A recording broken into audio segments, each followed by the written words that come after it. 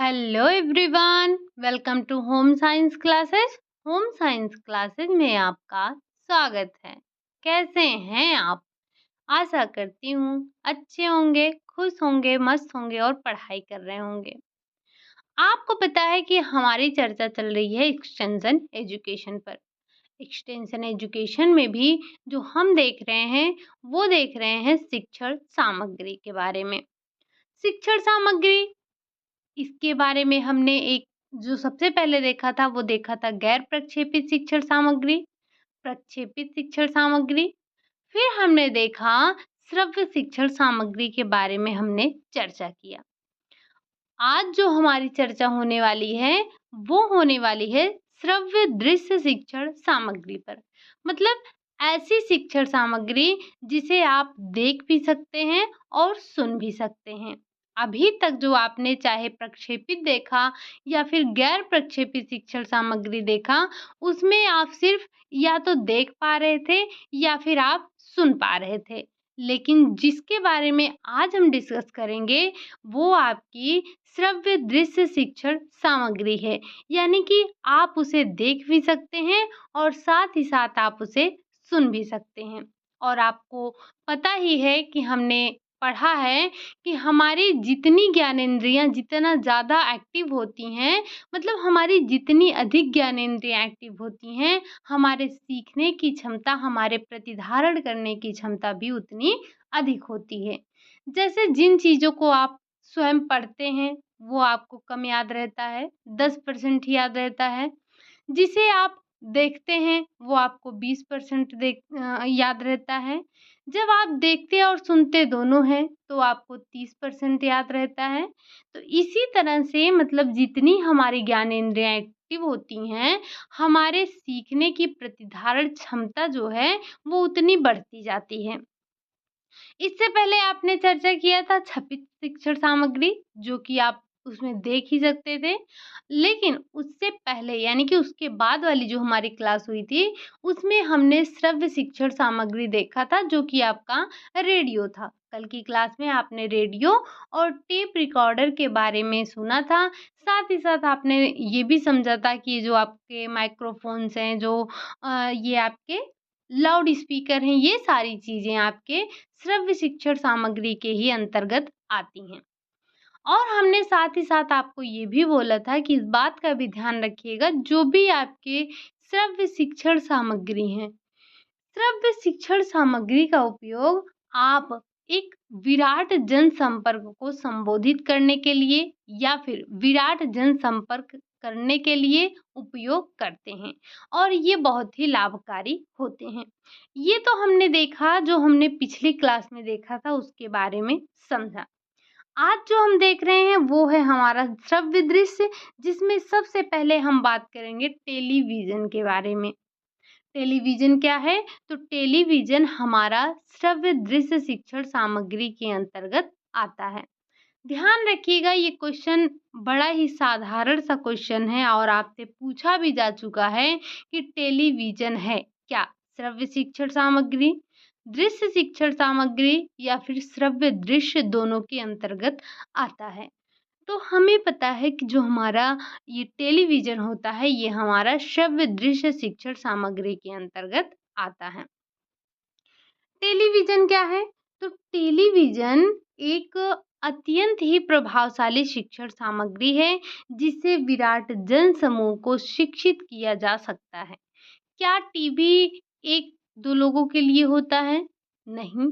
TV के प्रसारण से आप देखिए, ये हमारे कितनी संख्याओं में कितने मतलब एक बड़े समूह या कह सकते हैं एक विराट जनसमूह को हम शिक्षित करते हैं। तो यहाँ से 2 क्वेश्चन, पहला कि टेलीविज़न क्या है? दूसरा ये कैसी संपर्क की विधि है? व्यक्तिगत, सामूहिक या फिर विराट जन? तो हमें ध्यान रखना है कि ये हमारा विराट जनसंपर्क का माध्यम होता है। ध्यान रखिएगा, कभी ये मत आप कन्फ्यूज़ हो जाएँ कि अगर आपसे पूछा गया हो कि निम्नलिखित में से विराट जनसंपर्क का माध्यम है, तो आपको कोई छपित या मुद्रित सामग्री का नाम दे दिया गया, रेडियो दे दिया गया और साथ ही साथ आपको टेलीविज़न दे दिया गया और फिर आपको ये ध्यान रखना है कि ये सारे जो नाम अभी हमने पीछे लिए, चाहे मुद्रित, छपित सामग्री की बात हो, लिखित सामग्री की बात हो या रेडियो, टेप रिकॉर्डर इनकी बात हो या फिर टेलीविज़न की बात हो, ये सारे के सारे आपके क्या होते हैं, ये सारे के सारे हमारे विराट जनसंपर्क के माध्यम होते हैं, ठीक? बस आपको ये ध्यान रखना है कि क्वेश्चन को किस फॉर्म में बनाया गया है। जनसंचार माध्यमों में टेलीविज़न का अहम स्थान होता है। वर्तमान में यह शिक्षण के साथ ही मनोरंजन का भी उत्कृष्ट साधन है। क्या आप टेलीविज़न का उपयोग सिर्फ़ सीखने के लिए करते हैं?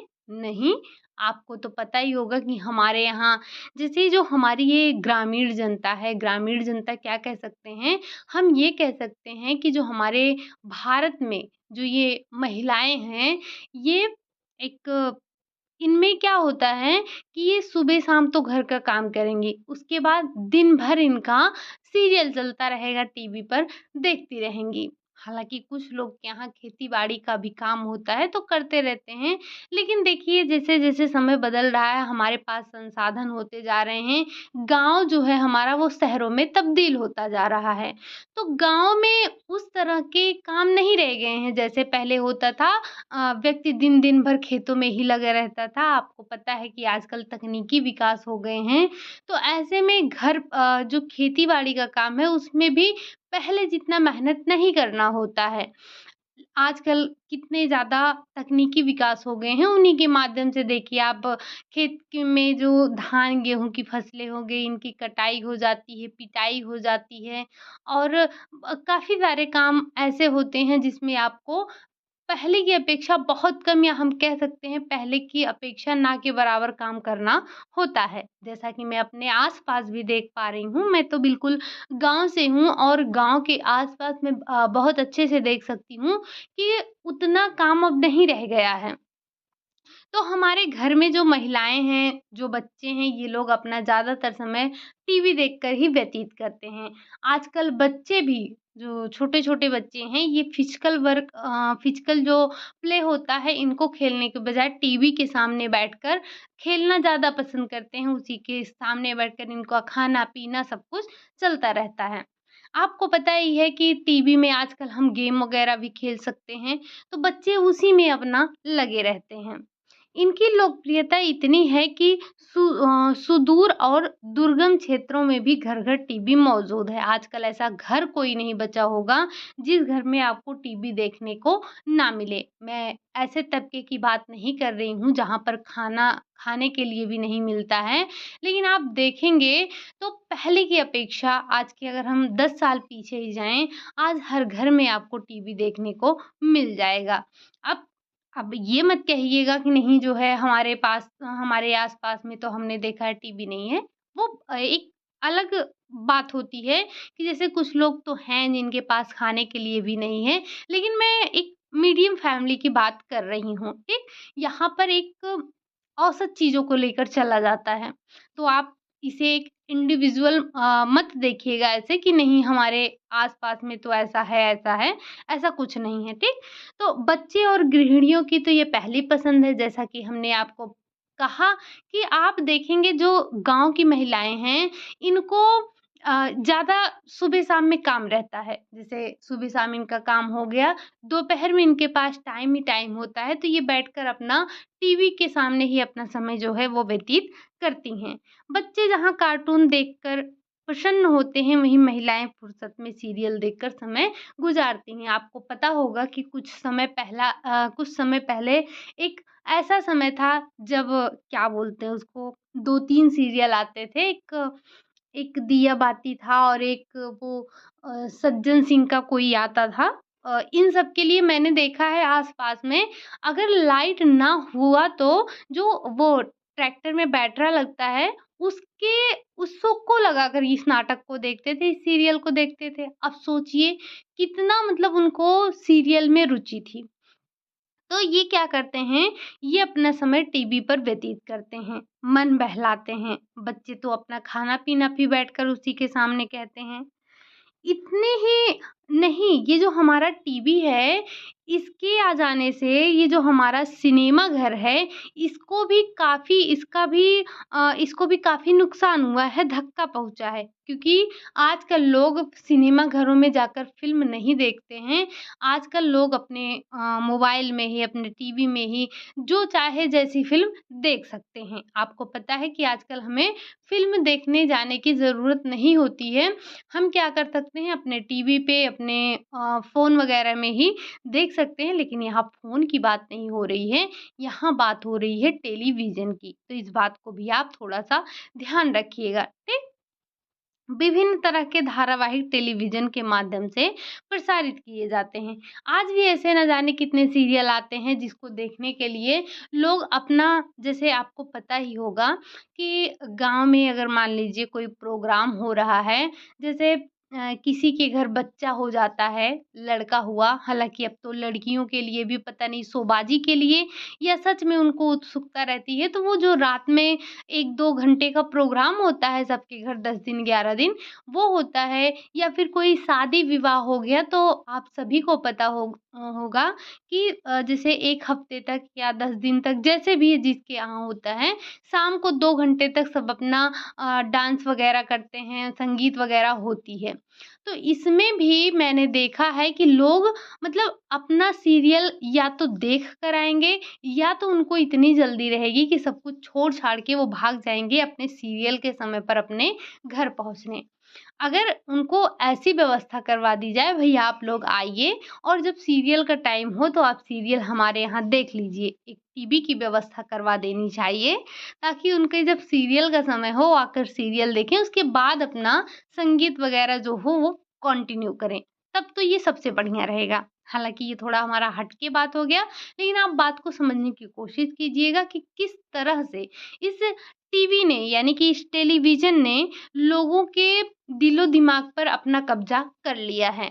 आप टीवी के माध्यम से कोई भी जानकारी एक विराट जनसमूह में दे सकते हैं, ठीक? अब ये तो आपने ये देखा कि टेलीविज़न क्या करता है, टेलीविज़न ने किसको नुकसान पहुँचाया है, किसको फ़ायदा पहुँचाया है, कौन किस तरह से टेलीविज़न का उपयोग कर रहा है, किस तरह से इसका दुरुपयोग हो रहा है, आपने ये समझा। हालाँकि दुरुपयोग नहीं समझा है, लेकिन इस बात को आप गाँठ बाँध लीजिए कि अगर आप किसी चीज़ से आपको फ़ायदा हो रहा है, तो दूसरी तरफ आपको उससे कुछ नुकसान होगा, उसकी कुछ सीमाएँ भी होगी। इस बात को हमेशा मानते हुए चलिएगा। जैसे हर इंसान के जीवन में अगर खुशी है तो गम आएगा, अगर गम है तो खुशी आएगी। इसी तरह से हर एक कार्य भी होता है, अगर उसके लाभ हो रहे हैं तो उसके हानियाँ भी होंगी कुछ। तो हम थोड़ा-सा इसके इतिहास की तरफ चर्चा करेंगे। जैसा कि आपको पता ही है, कल हमने रेडियो के इतिहास के बारे में चर्चा किया था। बस उसी तरह से आज हमें थोड़ा-सा अपने टेलीविज़न के इतिहास के बारे में चर्चा करनी है। एक्चुअली कल मुझे एक बात याद आई, बस ऐसे ही कि ये जो हम यहाँ पर बात हो रही है टेलीविज़न की, तो आप ये मत समझिएगा कि मैं टेलीफ़ोन की यहाँ पर कहाँ से चर्चा ले आई। बस ऐसे ही जो हम टेलीफ़ोन की बात कर रहे हैं, तो ज़रा एक बार ये बताइएगा, मुझे याद तो नहीं आ रहा था कि टेलीफ़ोन का आविष्कार किसने किया था? और ये जो हेलो शब्द हम बोलते हैं, ये क्या है, क्यों बोलते हैं, कैसे है? थोड़ा-सा अगर आपको याद हो, हाँ, कि मैं ये ऐसा पूछ रही हूँ जैसा थोड़ा कि आपको टाइप करना पड़ेगा। लेकिन अगर आप में से कोई किसी को भी याद हो ये हेलो का संबंध टेलीफ़ोन से कैसे है, तो ज़रा मुझे कमेंट बॉक्स में बताइएगा। बाकी हम बात करते हैं अब टेलीविज़न के इतिहास के बारे में। ये बड़ा आपको इसमें डेट याद रखने हैं, कुछ फुल फॉर्म ध्यान रखने होंगे, क्योंकि यहाँ से भी जैसे कल हमने रेडियो के बारे में चर्चा किया था, क्वेश्चन बनते हैं, बस उसी तरह से टेलीविज़न से भी क्वेश्चन पूछे जाते हैं कि सबसे पहले कहाँ उद्भव हुआ, कैसे विकास हुआ, भारत में कब आया, कैसे आया? इन सारे बिंदुओं पर हमें ध्यान रखना है। सबसे पहले हम बात करते हैं जो टेलीविज़न है हमारा। तो टेलीविज़न का प्रसारण सबसे पहले ब्रिटेन में 1936 में हुआ। अगर आपको याद हो तो लगे हाथ आप मुझे ये बता दीजिएगा कि जो रेडियो से प्रसारित किया गया था पहला प्रोग्राम, वो कहाँ से किया गया था?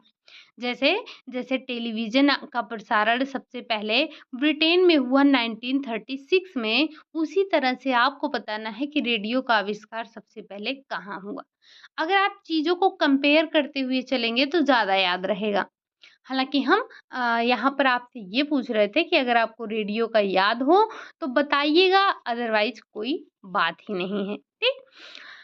अगला जो है ये इसी में आपको ध्यान रखना है, जो ब्रिटेन है, ब्रिटेन ने सबसे पहले बीबीसी, ये नाम आपने कल सुना था कि ब्रिटिश ब्रॉडकास्टिंग कॉर्पोरेशन, ये नाम आपने कल भी सुना था। तो ये जो ब्रिटिश ब्रॉडकास्टिंग कॉर्पोरेशन है, ब्रिटिश नाम नहीं सुना था आपने, याद नहीं होगा आपको, लेकिन आपने सुना था बीबीसी के द्वारा टेलीविज़न कार्यक्रमों का नियमित प्रसारण किया। फिर 1938 में फ्रांस द्वारा टेलीविज़न कार्यक्रमों का प्रसारण किया जाने लगा। सबसे पहले किसने किया? ब्रिटेन ने। कब? 1936 में। उसके बाद फ्रांस ने किया। कब? 1938 में। अमेरिका ने टेलीविज़न प्रसारण सन 1938 से प्रारंभ किया। भारत में सबसे पहले यूनेस्को की सहायता से दिल्ली में सन 1959 को टेलीविज़न का प्रसारण हुआ। सबसे पहले कहाँ हुआ? ब्रिटेन में हुआ, उसके बाद फ्रांस में, और जिस सन में फ्रांस में हुआ उसी सन में अमेरिका ने भी 1938 में ही ये टेलीविज़न का प्रसारण किया था। और भारत ने सबसे पहले किसकी मदद लेकर? यूनेस्को की मदद से दिल्ली में सन 1959 यानी कि 1959 में टेलीविज़न का प्रसारण किया। दिल्ली तथा उसके आसपास के इलाके में 20 टीवी सेट लगाए गए, जिसे 1 घंटे का कार्यक्रम प्रतिदिन प्रसारित किया जाता था। आज की तरह 24 आवर्स जो है हमारे प्रोग्राम नहीं आते थे टीवी पे। लेकिन उस समय पर क्या होता था, उस समय पर ध्यान रखिएगा कि दिल्ली में 20 सेट लगाए गए थे, जिस पे प्रतिदिन 1 घंटे का प्रोग्राम प्रसारित किया जाता था। पहले टीवी से ही जो भी कार्यक्रम प्रसारित किए जाते थे, वह आज की ही रंगीन टीवियों में लुभावने नहीं हुआ करते थे। यानी कि जो पहले प्रोग्राम हुआ करते थे, आप सब जानते होंगे, ब्लैक एंड व्हाइट आप सभी ने देखा होगा।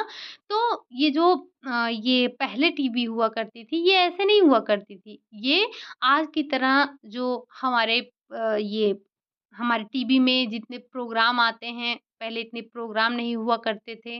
जिस तरह से आज की हमारी रंगीन टीवी है, पहले ऐसे रंगीन टीवी भी नहीं हुआ करती थी। बल्कि इसमें चित्रों को श्याम श्वेत वही यानी कि ब्लैक एंड व्हाइट रूप में दिखाया जाता था। चित्र इतने अच्छे और आकर्षक नहीं हुआ करते थे। इसकी कमी को दूर किया अमेरिका ने। भले ही अमेरिका में बाद में आया, लेकिन अमेरिका ने इसकी कमी को सुधारा।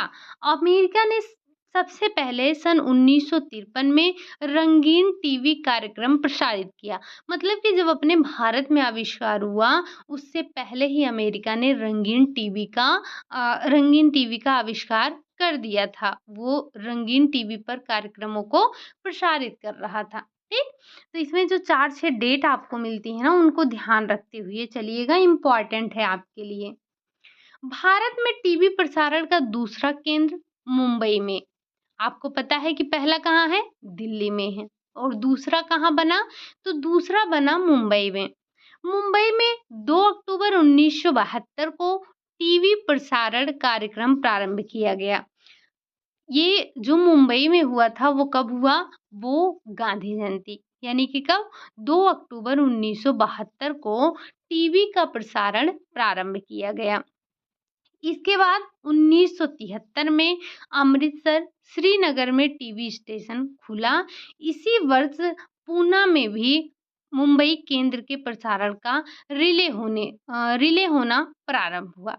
टीवी के केंद्रों का उद्घाटन कोलकाता, लखनऊ तथा मद्रास में सन 1975 में हुआ। आप देख रहे हैं, सबसे पहला जो प्रसारण हुआ था वो दिल्ली से हुआ था, उसके बाद मुंबई से, फिर ऐसे-ऐसे धीरे-धीरे अमृतसर, श्रीनगर और फिर जो है ये कोलकाता, लखनऊ, मद्रास। तो यहाँ पे आप ये ध्यान रखिएगा, लखनऊ। लखनऊ में कब हुआ? 1975 में हुआ।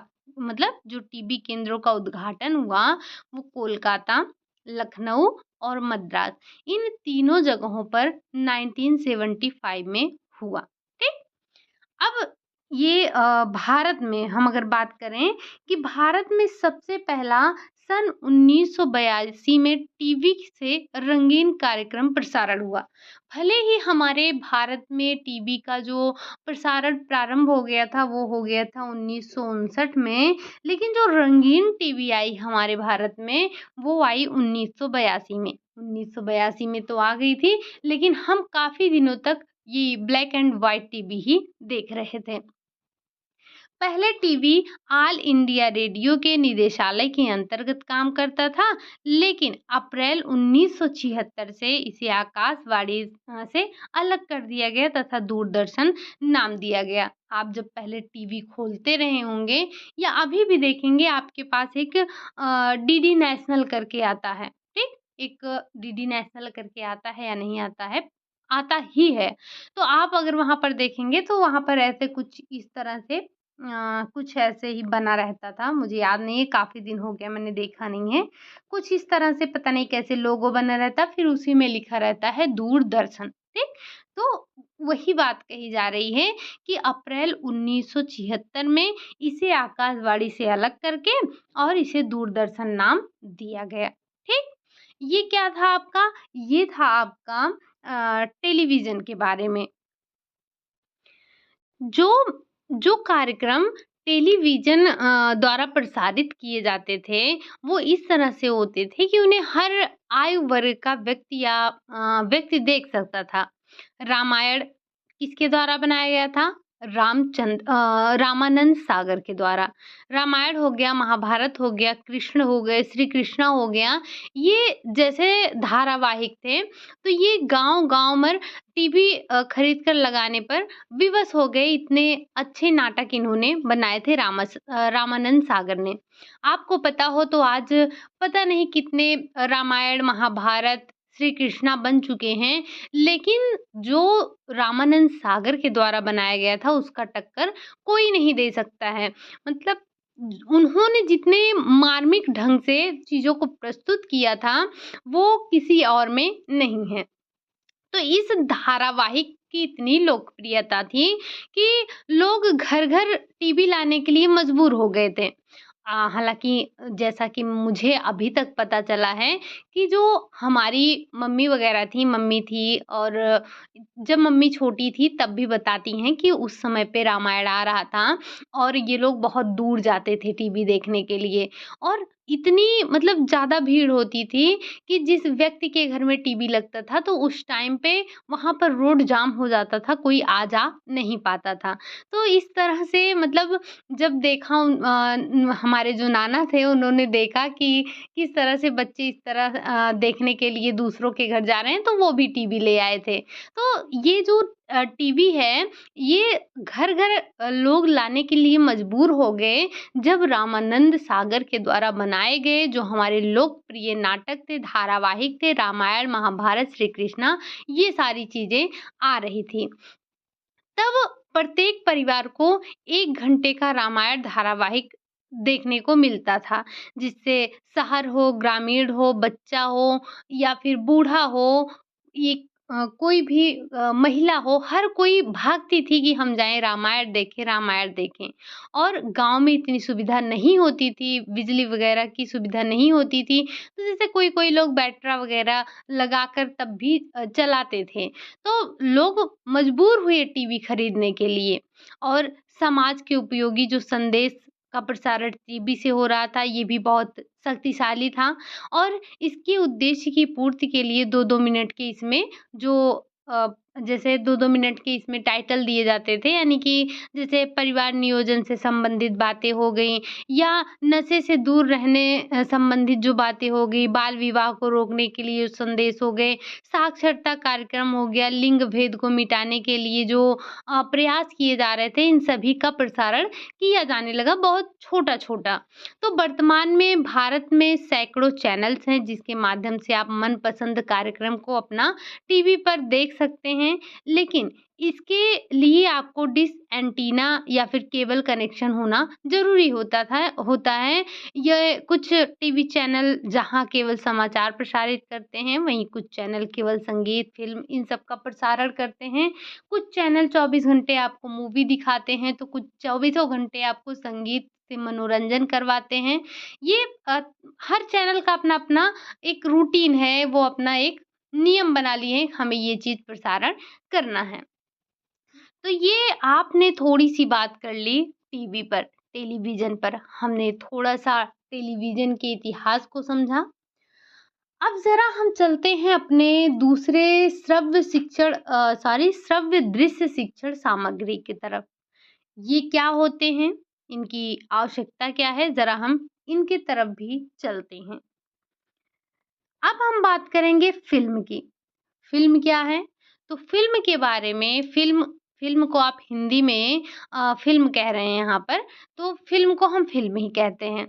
फ़िल्म जो होता है ये भी आपका जनसंपर्क का एक माध्यम होता है। ध्यान रखिएगा हम चाहे श्रव्य दृश्य शिक्षण की बात करें या श्रव्य शिक्षण की बात करें, छपी शिक्षण की बात करें, ये सारे हमारे क्या होते हैं, ये इसमें आपके विराट जन से संपर्क करने के ही ये माध्यम होते हैं। तो ज़रा हम समझने की कोशिश करते हैं कि ये हमारे जो फ़िल्म हैं ये किस तरह से उपयोगी हैं और ये करते क्या हैं। फ़िल्म जनसंचार का एक अत्यंत प्रभावशाली एवं सशक्त माध्यम है। जैसा कि आपने टीवी को देखा, टीवी यानी कि जो हमारा टेलीविज़न है, ये क्या है? तो ये भी जनसंपर्क का एक बहुत ही सशक्त माध्यम है, ठीक? इसके माध्यम से समाज में व्याप्त जो कुरीतियाँ हैं, उन पर कुठाराघात किया जाता है और सामाजिक बुराइयों को जनता के समक्ष मनोरंजनात्मक ढंग से प्रस्तुत किया जाता है या प्रदर्शित किया जाता है। फ़िल्म के माध्यम से आप करते क्या हैं? तो फ़िल्म के माध्यम से आप जो भी समाज में हमारी बुराइयाँ हैं, उनको लोगों के समक्ष हम क्या करते हैं? उन लोगों के समक्ष मनोरंजनात्मक ढंग से या मनोरंजक ढंग से लोगों के समक्ष हम इसको प्रस्तुत करते हैं। फ़िल्म मुख्य रूप से सामाजिक, धार्मिक, ऐतिहासिक, राजनीतिक और सांस्कृतिक विषयों पर आधारित होती है। कोई भी आप फ़िल्म देखिए तो वो इन्हीं मुद्दों पर बनी होती है, चाहे उसमें धार्मिकता की बात की जाए, चाहे उसमें सामाजिकता की बात की जाए, चाहे उसमें राजनीति की बात हो, चाहे उसमें किसी संस्कृति की बात हो। हालाँकि ये सारे मिक्सअप भी बनते हैं, लेकिन हो सकता है कि ये किसी एक विषय पर ही आधारित हो सकता है, ज़रूरी नहीं है कि सारे विषय को एक ही मूवी में इंक्लूड किया जाए। ये अलग-अलग भी दिखाए जा सकते हैं, जैसे आपको कुछ सामाजिक जानकारी देनी है तो उसके लिए आप सामाजिक फ़िल्म बना सकते हैं, धर्म से संबंधित कोई जानकारी देनी है तो आप उसे धार्मिक फ़िल्म कहते हैं। ऐतिहासिक फ़िल्म क्या होते हैं, तो आपने तमाम ऐतिहासिक फ़िल्म देखे हैं। राजनीतिक भी बनती है और संस्कृति पर भी आधारित फ़िल्मों को बनाया जाता है। इसका मुख्य उद्देश्य शिक्षण के साथ मनोरंजन करना होता है। मतलब हम जो फ़िल्म देखते हैं, इसका उद्देश्य क्या होता है? ये जो इसका उद्देश्य होता है कि जो हमें जानकारी देना चाहता है, जो हमारे डायरेक्टर हैं, जो हमें फ़िल्म के माध्यम से बताना चाहते हैं, वो तो बताते ही हैं, हम उन चीज़ों को सीखते ही हैं। लेकिन साथ ही साथ ये क्या करते हैं, इनका उद्देश्य होता है कि मनोरंजन भी करवाएँ। हमारा क्या हो, हमारा मनोरंजन भी हो। फ़िल्म का प्रदर्शन अमेरिका ने अब यहाँ पर आपको कुछ बातें ध्यान रखनी हैं। फ़िल्म का ये जो आपने अभी देखा कि शिक्षण और मनोरंजन करवाते हैं, तो मनोरंजन पर अधिक बल दिया जाता है, इस बात को आपको ध्यान रखना है। इसमें ये भले ही हम शिक्षण की बात कर रहे हैं, लेकिन शिक्षण के साथ ही साथ इसमें आपके मनोरंजन पर ज़्यादा बल दिया जाता है, यानी कि एंटरटेनमेंट ज़्यादा होता है। इसमें आपको हास्य प्रसंगों का विशेष रूप से उजागर किया जाता है। जिन फ़िल्मों में मनोरंजन नहीं होता है, वे फ़िल्में सिनेमाघर में नहीं चल पाती हैं और ये जो है क्या ये आप रह जाती हैं फिर वहीं पर। पिट जाती हैं, क्योंकि लोग ऐसी फ़िल्म अब आप ही देखिए जिसमें ऐसी कोई मतलब चाहे वो धार्मिक चीज़ हो, चाहे वो कोई भी ज्ञान आपको देना हो, तो उसके लिए सबसे ज़्यादा ज़रूरी होता है कि उसमें आपको कुछ न कुछ मनोरंजन करवाया जाए। अगर ऐसे ही आपको अभी मान लीजिए सिर्फ़ और सिर्फ़ इतिहास ही आपको बताया जाए, तो वो आपको समझ में नहीं आएगा, ना ही आप उसे पढ़ना चाहेंगे। लेकिन अगर यही अभी जो रोचक ढंग से कहानी के माध्यम से या उसमें एंटरटेनमेंट करवा दिया जाता है, तो आप इतिहास क्या कुछ भी बहुत ही आराम से पढ़ने के लिए तैयार हो जाते हैं। तो वही बात इसमें कही जा रही है कि जो हमारे ये फ़िल्म वग़ैरह होते हैं, ये अगर इनमें ये जो हास्य प्रसंग हैं, ये सारी चीज़ें ना डाली जाएँ, लोगों का मनोरंजन ना करवाया जाए, तो फ़िल्में चलेंगी ही नहीं। ठीक? तो फ़िल्म का प्रदर्शन सबसे पहले कहाँ हुआ? अमेरिका में। कब? 19वीं शताब्दी के अंत में किया गया था। जो हमारा फ़िल्म है, फ़िल्म का प्रदर्शन सबसे पहले कहाँ किया गया? अमेरिका में। कब? 19वीं शताब्दी के अंत में किया गया था। इस समय तक पश्चिमी यूरोप में इस समय तक पश्चिमी यूरोप में भी फ़िल्मों का प्रादुर्भाव हो गया था। भारत में सबसे पहले फ़िल्म का प्रदर्शन लूमियर बंधुओं द्वारा 7 जुलाई 1896 को हुआ था। कब हुआ था? तो जो हमारे भारत में सबसे पहले फ़िल्म का प्रदर्शन लूमियर बंधुओं को द्वारा 7 जुलाई 1896 को हुआ था। लेकिन उस समय जो फ़िल्म बनती थी उसमें आवाज़ नहीं होती थी, वो मूवी हुआ करती थी, ठीक? उसमें आवाज़ आपको देखने को नहीं मिलती थी, सिर्फ़ आपको चित्र ही देखने को मिलते थे और ध्यान रखिएगा फ़िल्मों को हम चलचित्रों के नाम से भी जानते हैं, ठीक? तो जो पहले की फ़िल्में बनाई जाती थी, जो लूमियर बंधुओं के द्वारा 7 जुलाई 1896 को जिसका प्रादुर्भाव हुआ था या जिसका प्रदर्शन उन्होंने 1896 में किया था, वो मूक फ़िल्में हुआ करती थी। उनमें आवाज़ आपको सुनने को नहीं मिलती थी, सिर्फ़ आप चित्रों को देख सकते थे। ठीक?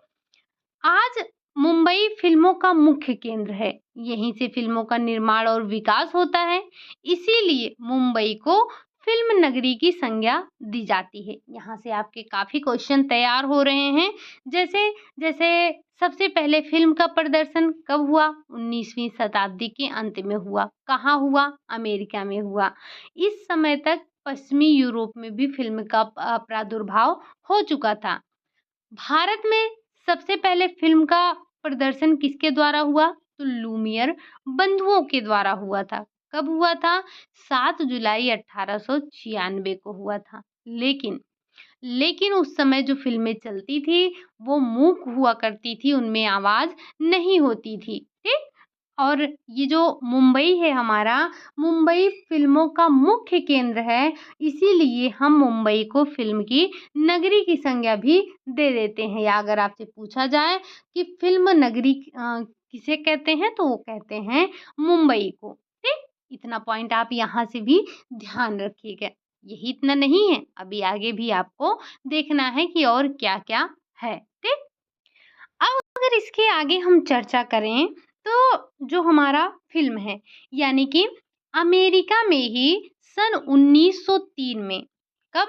1903 में सबसे लंबी फ़ीचर फ़िल्म जिसका नाम था द ग्रेट ट्रेन रॉबरी का निर्माण हुआ। 2 पॉइंट यहाँ पर ध्यान रखिएगा, हालाँकि हम यहाँ से 3 क्वेश्चन बनाएँगे। सबसे पहले सबसे लंबी फ़ीचर फ़िल्म का आविष्कार कब हुआ? कहाँ हुआ? अमेरिका में हुआ। कब हुआ? 1903 में हुआ। कौन-सी मूवी थी? क्या कौन-सी फ़िल्म थी? तो द ग्रेट ट्रेन रॉबरी थी। ठीक? ये तीनों पॉइंट आपको समझ में आया होगा। क्वेश्चन को नोट डाउन करते हुए चलिएगा, पॉइंट जो होते हैं अगर आप उन्हें नोट डाउन करते हुए चलते हैं तो ज़्यादा बेहतर होता है, क्योंकि हमने आपको बताया कि जो हमारा आपका ये एक्सटेंशन एजुकेशन है, इसमें आपको ज़्यादातर समय याद करना होता है। जैसे कब कौन-सी योजना आई, कब क्या प्रारंभ हुआ, साथ ही साथ अभी आप अगर जब आगे संस्थाओं के बारे में पढ़ेंगे, तमाम योजनाएँ पढ़ेंगे जो महिलाओं, बच्चों, युवाओं के लिए चलाए गए थे, उसमें भी आपको सन याद करना होगा, किस सन में ये चालू किया गया था। साथ ही साथ आप तमाम संस्थाएँ चाहे वो नेशनल हो या फिर इंटरनेशनल हो, उनके बारे में पढ़ेंगे तो उनमें भी उनकी स्थापना दिवस वगैरह आपको ध्यान रखना होता है, तो आपको पेन और नोटबुक लेकर बैठना है ताकि आप इन चीज़ों को नोट डाउन करते हुए चलें। हालाँकि आपको आपके हर ब्रांच में आपको कुछ न कुछ ऐसा होता है जो कि आपको लिखना ही पड़ेगा। तो आप अगर लिख लेते हैं तो वो आपके आगे के लिए अच्छा हो जाता है। ठीक? जब अमेरिका ने कब किया 1903 में सबसे लंबी feature film the great train robbery का निर्माण किया। तब फ़िल्मों का प्रदर्शन क्लब में हुआ करता था। भारत में पहला सिनेमा घर का निर्माण 1910 में हुआ। इस पॉइंट को भी नोट कीजिएगा। पूछा जा चुका है कि भारत में सबसे पहला सिनेमा घर का आविष्कार या निर्माण कब हुआ? तो 1910 में हुआ था। भारत में फ़िल्मों का निर्माण का श्रेय जाता है दादा साहब फाल्के। आपको पता है कि अवार्ड भी दिया जाता है, दादा साहब फाल्के पुरस्कार भी दिया जाता है। तो जो हमारे भारत में फ़िल्मों के निर्माण का श्रेय जाता है, वो जाता है दादा साहब फाल्के को। यदि इन्हें फ़िल्म निर्माण का जन्मदाता कहा जाए तो इसमें कोई भी अतिशयोक्ति नहीं होगी, यानी कि अतिशयोक्ति क्या होता है जब आप किसी चीज़ के बारे में बहुत बढ़-चढ़ के बताते हैं, तो वही आपका अतिशयोक्ति कहलाता है और आपने हिंदी में अतिशयोक्ति अलंकार भी पढ़ा होगा। तो अगर हम ये कहें कि जो हमारे दादा साहब फाल्के थे इनको फ़िल्म निर्माण का जन्मदाता कहा जाता है, तो ये कोई बहुत बड़ी बात नहीं होगी। और इन्होंने क्या किया, इन्होंने 1910 में सिनेमाघरों का निर्माण हुआ। इन्होंने 1913 में हरिश्चंद्र फ़िल्म बनाई। क्या किया? इन्होंने 1913 में हरिश्चंद्र फ़िल्म बनाई। इसके बाद सन 1917 में मदोन ने कोलकाता में दमयंती फ़िल्म का निर्माण किया। ठीक? तब फ़िल्म में आवाज़ नहीं हुआ करती थी। अगर आपसे पूछा जाए कि जो हमारी अनबोलती फ़िल्म है, तो उसमें आपका हरिश्चंद्र सबसे पहली फ़िल्म थी। केवल एक्टिंग ही आपको देखने को मिलता था। हालाँकि ये चीज़ हमने नहीं देखा था। तो क्या होता था तब आवाज़ नहीं होती थी और लोगों की सिर्फ़ एक्टिंग देखने को मिलती थी, इसीलिए इसे आप मूक फ़िल्म के नाम से भी जानते हैं। इसके बाद आवाज़ वाली फ़िल्मों का निर्माण हुआ, जिसमें जो नायक था वो बोलकर, गाकर, एक्टिंग करके लोगों को समझाता था, बताता था। तो उसमें हमें लोगों के बोलने की आवाज़ भी आती थी, हम लोगों को सुन भी सकते थे, लोग गाते थे, एक्टिंग भी करते थे। अर्देशीर ईरान ने आलम आरा नामक फ़िल्म का निर्माण किया। ये जो आपका किसका निर्माण हुआ? तो ये आपका आलम आरा था। अर्देशीर जो थे ईरान ने, इन्होंने आलम आरा नामक फ़िल्म का निर्माण किया और जिसमें आवाज़ थी। तो यानी कि पहली बोलती फ़िल्म हमारी कौन-सी थी? आलम आरा थी और अनबोलती पहली फ़िल्म तो वो थी हरिश्चंद्र, ठीक? जिसे हमने देखा। अब ये क्या था लेकिन तब फ़िल्म रंगीन ना होकर श्याम-श्वेत ही हुआ करती थी। जब इन्होंने बोलती फ़िल्म बनाया जिसका नाम था आलम आरा, तो उस टाइम पर भी जो हमारी फ़िल्में हुआ करती थी, वे आज की तरह रंगीन नहीं हुआ करती थी। वो भी उस समय भी ये ब्लैक एंड व्हाइट में ही आती थी। इन्होंने ही फ़िल्मों में रंग डाला तथा तब से लेकर आज तक हम रंगीन फ़िल्में बनाई जा रही हैं और हम रंगीन फ़िल्मों को ही देखते हैं, ठीक? तो आपने ये देखा कि किस तरह से ये फ़िल्मों का प्रसारण होने लगा। सबसे लंबी फ़ीचर फ़िल्म जो कि अमेरिका के द्वारा प्रसारित की गई थी, जिसका नाम था द ग्रेट ट्रेन रॉबरी था। भारत में इस फ़िल्मों का श्रेय किसको जाता है? दादा साहब फाल्के को जाता है। इन्हीं को हम फ़िल्म निर्माण का जन्मदाता भी कहते हैं। सबसे पहली फ़िल्म मूक फ़िल्म कौन-सी थी? हरिश्चंद्र कब आई थी? 1913 में आई थी। उसके बाद क्या हुआ, उसके बाद जो सबसे पहले बोलने वाली फ़िल्म थी जिसमें कलाकार बोलकर एक्टिंग करके गाना गाकर करते थे वो थी हमारी आलम आरा जिसे हम बोलती फ़िल्म के नाम से जानते हैं। ये भी कैसी थी? तो ये भी आपकी ब्लैक एंड व्हाइट ही हुआ करती थी। ठीक? होता क्या था कि जो हमारा भारत है, भारत में मुख्य रूप से जो प्रेम प्रसंगों वाली फ़िल्में थी वही बनाई जाती थी, जिसमें आपको नृत्य, गाने, प्रेम दृश्य, मार-धाड़ वाले दृश्यों का ही बोलबाला हुआ करता था। दुःख है, आज फ़िल्मों के क्षेत्र में भारी गिरावट आई है। आज ये आप कह सकते हैं कि जो फ़िल्में बनाई जा रही हैं, हम कह सकते हैं कि ये बहुत ही घटिया किस्म की फ़िल्में बन रही हैं आजकल, हैं? ये मतलब एक फूहड़ कह सकते हैं और सस्ती लोकप्रियता वाली फ़िल्में आजकल बनने लगी हैं, जिससे लोगों की जो मानसिकता है, जो उनकी सोच है, उसमें गिरावट आई है। आजकल ऐसी फ़िल्में बनाई जा रही हैं, जिसे आप फ़ैमिली के साथ बैठकर देख ही नहीं सकते हैं। मतलब इतनी अश्लीलता आने लगी है फ़िल्मों के अंदर। तो जो आजकल फ़िल्में बनाई जा रही हैं, ये भी बेकार हैं एकदम से। लेकिन करें क्या? चलती भी वही फ़िल्में हैं। आप देखिए, हम कहते तो हैं कि फ़िल्में बेकार हैं, लेकिन देखिए इतनी रद्दी फ़िल्में होने के बावजूद भी फ़िल्में इतनी ज़्यादा चलती हैं, ठीक? तो ये जो आज हमारे फ़िल्मों का जगत है, इसने कहीं न कहीं ये कह सकते हैं कि व्यक्तियों के या लोगों के मानसिकता पर घात किया है। ये लोगों के मानसिक सोच में गिरावट ला रही हैं, आजकल ऐसी फ़िल्में बनाई जा रही हैं। युवा पीढ़ी, किशोर हुए किशोर के जो बालक-बालिकाएँ हुए, ये विशेष रूप से प्रभावित होते हैं। जैसे जो फ़िल्में किशोर-किशोरियाँ देख रहे हैं, उन्हीं को मतलब एक कह सकते हैं ना कि आदर्श मान लेते हैं। आदर्श आजकल हम मूवी को देखकर ही मान रहे हैं कि इस मूवी में ऐसा होता है तो हम भी ऐसा कर सकते हैं। यानी कि जो बच्चे हैं, किशोर-किशोरियाँ हैं, इन्होंने जो मूवी में दिखाया जा रहा है उसको ही अपना आदर्श मान लिया है। और आप ये भी देख सकते हैं अभी-अभी जो हाल ही में रामायण आया था, हालाँकि मैंने काफ़ी टाइम से मूवी वग़ैरह नहीं देखा है, लेकिन फिर भी जो चर्चा पर चर्चा होती रहती है, तो थोड़ी बहुत उस पर भी नज़र जाती ही है। तो जो अभी हाल-फिलहाल में एक रामायण आया था, उसमें किस तरह से भ भगवान श्री राम को और माता सीता को दिखाया गया था। मतलब जो रामायण में है, उस चीज़ को नहीं, जैसे जो हमारी आज की वास्तविक ज़िंदगी हो गई है, जैसे आज हमारे समाज में वास्तविकता में हो रहा है, उसी तरह से कुछ उसमें दिखाया गया है। तो ये कहीं न कहीं लोगों के मन में या बच्चों के मन में गलत प्रभाव डाल रहा है। तो हम ये कह सकते हैं कि जो आज की फ़िल्में बनाई जा रही हैं, ये बहुत ही घटिया किस्म की बनाई जा रही हैं।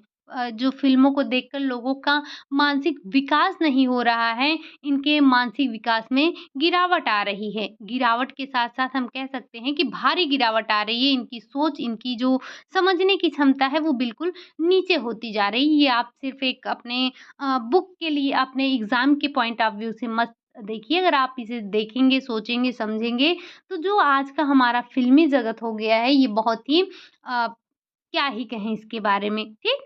तो आजकल फ़िल्में जो बन रही हैं, बस कहने का मतलब ये है कि ये सही नहीं बन रही हैं, जो एक सही मैसेज समाज तक जाना चाहिए, वो नहीं पहुँच पा रहा है, ठीक? अगला है इसी में अगला पॉइंट आपको ध्यान रखना है, लेकिन आपको ये भी ध्यान रखिएगा कि जब हम पुरस्कृत फ़िल्मों की सूची का अवलोकन करते हैं, तब पाते हैं कि जो सामाजिक और ऐतिहासिक पृष्ठभूमि पर बनी फ़िल्में हैं, फ़िल्मों ने ही अधिक महत्वपूर्ण और शाश्वत भूमिका निभाई है। समाज को एक नई दिशा दी है और सामाजिक परिवर्तन लाया है। इसी कारण आज तक इनकी लोकप्रियता में कोई कमी नहीं आई है। जैसे आपको पता होगा कि अगर आप हरिश्चंद्र मूवी देखिए, आप रामायण, आप पुराने वाले की मैं बात कर रही हूँ, जो ये कन्वर्ट होते जा रहे हैं तमाम प्रकार के, उनकी बात नहीं कर रही हूँ। तो आज की पीढ़ी के लोग भी इसे देखकर प्रसन्न होते हैं। आज भी सामाजिक कुरीतियों, समाज कल्याण, परिवार नियोजन, अंधविश्वास, साक्षरता, ये जैसे महत्वपूर्ण विषयों पर फ़िल्में बनाई व प्रदर्शित की जाती हैं। हालाँकि कुछ फ़िल्मों की जैसे मैंने कहा कि फ़िल्में आजकल बहुत ही घटिया बनाई जा रही हैं, तो आप ये देखिए ना कि आपके आस-पास कैसी फ़िल्में बन रही हैं। अभी हम आगे चर्चा भी करेंगे कि कौन-सी फ़िल्में जो हम फैमिली के साथ देख सकते हैं, कौन-सी फैमिली के साथ नहीं देख सकते हैं। तो उसके लिए भी कुछ सर्टिफ़िकेट वग़ैरह बनते हैं। तो उसी के बारे में हमें अभी चर्चा करनी है। सबसे पहले हम बात करेंगे कि भारत में फ़िल्मों को जनता के समक्ष सिनेमा घरों में दिखाए जाने से पहले सेंसर बोर्ड से सेंसर सर्टिफ़िकेट लेना पड़ता है। मतलब ऐसा नहीं है कि जो फ़िल्में बनी हैं वो सीधे ये जो जनता है उसके समक्ष रख दिया जाता है। सबसे पहले इसे सेंसर बोर्ड से सेंसर सर्टिफ़िकेट लेना होता है। जो फ़िल्में केवल वयस्कों के देखने योग्य होती हैं उन्हें ए सर्टिफ़िकेट दिया जाता है, ए फॉर एडल्ट सर्टिफ़िकेट दिया जाता है। जो फ़िल्में सभी उम्र के लोग देख सकते हैं या सभी उम्र के लोगों को देखने के लिए बनाई जाती हैं, उसे हम यू यानी कि यूनिवर्सल सर्टिफ़िकेट प्रदान किया जाता है। कुछ फ़िल्मों को एयू यानी कि एडल्ट और यूनिवर्सल श्रेणी में भी रखा जाता है। ऐसी फ़िल्मों को बालक अपने माता-पिता के साथ देख सकते हैं। जैसा कि मैंने आपको पहले भी बताया कि आजकल जो फ़िल्में बनाई जा रही हैं, मतलब एक सही मैसेज देने के लिए भी बनाई जाती हैं, उसको भी इस तरह से बनाया जा रहा है कि हम अपने बच्चों के साथ या बच्चे अपने पिता के साथ बैठकर उस चीज़ को नहीं देख सकते हैं या हम ऐसा कह दें कि आजकल पारिवारिक फ़िल्में नहीं बन पा रही हैं। पहले कितनी एक समय हुआ करता था कि कितनी मूवीज़ आती थी जिसे हम साथ में ही बैठकर देखते थे, पूरे परिवार के साथ में देखते थे। हालाँकि अभी आप हाल-फिलहाल में जो देखते थे, जैसे आपने देखा होगा सूर्यवंशम हो गया और ऐसे तमाम मूवीज़ हैं जिसको हम अपने ये बागबान बड़ा चला था। ये सारी मूवीज़ हम फैमिली के साथ बैठकर बिल्कुल देख सकते हैं और देखते भी हैं। तो ऐसी फ़िल्में अब नहीं बन पा रही हैं, ना ही बनाई जा रही हैं। ठीक? तो ये आपने थोड़ा-सा समझा किसके बारे में? ये थोड़ा-सा समझा आपने टीवी और फ़िल्म के बारे में। अभी आपका बच रहा है कठपुतली।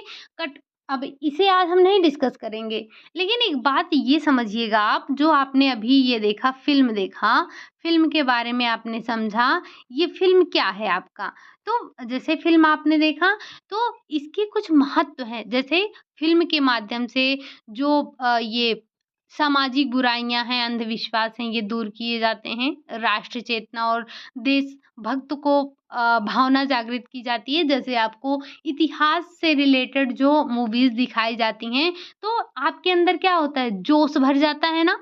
जैसे जैसे सुभाष चंद्र बोस के बारे में कुछ बताया जाए, आज़ाद के बारे में कुछ बताया जाए, भगत सिंह के बारे में कोई मूवी आती है, तो क्या होता है हमारे अंदर जोश भर जाता है। राष्ट्रीय चेतना, देश प्रेम की भावना हमारे अंदर जागृत हो जाती है।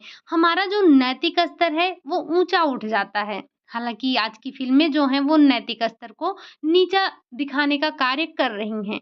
ये जो आप अभी सुन रहे हैं कि ये हमारे जो समाज की सोच है उसको गिरा रहा है। तो ये कोई मैं अपनी विचारधारा आपको नहीं दे रही हूँ। ये आपके बुकों में भी स्पष्ट रूप से इस बातों को लिखा गया है कि हमारे जो फ़िल्म बनाई जा रही हैं उसकी ये बुराइयाँ हैं। लेकिन उसी में ये भी बताया गया है कि देखिए आप कुछ मूवीज़ ऐसी भी हैं जिसको देखकर आपका मतलब नैतिक स्तर जो है वो ऊँचा उठता है। जीवन में सुंदर बनने और चरित्र विकसित करने की भावना आती है, लोगों को नई सीख मिलती है। जैसे मैंने अभी 2-4 मूवी ऐसी बताई जो कि मैंने खुद देखी है।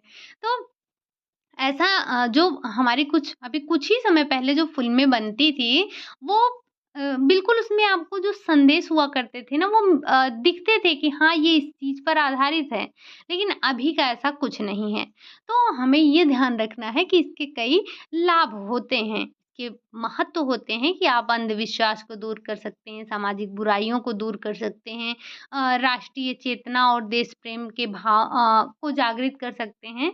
जैसा कि मैंने आपको बताया कि अगर आपको अभी ऐसी कोई मूवी दिखाई जाए इतिहास की, जैसे जिसमें आज़ाद हों, भगत सिंह हों और ये आपके जो भी हमारे हीरो थे, जो जिन्होंने देश के लिए बलिदान दे दिया, इनकी कहानियाँ अगर आपको दिखाई जाए तो देखिए आप आपके अंदर कैसे जोश भर जाता है। ये तो आप अभी जैसे आप नाम सुनकर ही भगत सिंह हो गए, इनका नाम सुनकर, आज़ाद हो गए, इनका नाम सुनकर अभी भी आपके अंदर एक उत्साह सा जगता है। तो ये जो मूवी के माध्यम से हम देखते हैं, ये भी हमारे अंदर राष्ट्र प्रेम, देश प्रेम की भावना को जागृत करते हैं, हमारा नैतिक स्तर ऊँचा उठाते हैं कि इन्होंने हमारे देश के लिए कितना कुछ कर दिया, अपनी जान की, अपने प्राणों की आहुति भी दे दी। तो ये सारी चीज़ें हमें मूवी के माध्यम से देखने को मिलती हैं और हमने देखा भी है, ठीक? तो ये आज की क्लास हमने 2 पॉइंट पर चर्चा किया जो कि आपका था फ़िल्म, दूसरा था आपका टेलीविज़न। अभी इसमें आपका कठपुतली बचा है, जो कि कठपुतली के प्रकार भी हमें देखने हैं। साथ ही साथ कल हम इसी में आपका देखेंगे, कठपुतली तो देखेंगे ही देखेंगे, साथ ही साथ हम थोड़ा-सा नाटक पर भी चर्चा करेंगे और इसी में हम भारत के कुछ लोक पारंपरिक जो गीत हैं, नृत्य हैं, उनके बारे में चर्चा करेंगे। हालाँकि आपको पता है कि जो हमारे लोक नृत्य हैं और लोकगीत हैं, ये कैसे हैं? तो ये आपके ये भी आपके क्या होते हैं, ये आपके श्रव्य दृश्य साधन के ही अंतर्गत आते हैं। अभी 3 पॉइंट हमारा मुख्य रूप से बच रहा है, जिसको हम कल की क्लास में चर्चा करेंगे। तो कल ही क्लास में हम पिछली बार हमने ऐड नहीं किया था, इस बार हम ऐड करते हुए चलेंगे। जो हमारे भारत के कुछ प्रमुख नृत्य हैं, लोक नृत्य हैं या फिर हम जो हमारे क्लासिकल डांस हैं, उनको भी हम चर्चा करते हुए चलेंगे। तो कल की क्लास में हम इन सब चीज़ों को देखेंगे, आज की क्लास को हम यहीं तक रखेंगे। आप में से कई लोग कल रात भर जागे भी होंगे, सोए नहीं होंगे क्योंकि कल था हमारा श्री कृष्ण का जन्मोत्सव मनाया गया था। काफ़ी जगहों पर सभी ने रात्रि जागरण किया है। तो उम्मीद है कि अभी तो आप सोकर उठ भी गए होंगे। तो अच्छे से पढ़ाई कीजिए क्योंकि पढ़ाई करना ज़रूरी है, ठीक? चलिए फिर आज के लिए यही इतना रखते हैं, मिलते हैं नेक्स्ट क्लास में। क्लास आपको कैसी लगी? अगर क्लास अच्छी लगी हो तो लाइक करिए, चैनल को सब्सक्राइब करिए, साथ ही साथ कमेंट करिए, शेयर करना मत भूलिए, ठीक? मिलते हैं नेक्स्ट क्लास में, तब तक के लिए बाय बाय, टेक केयर।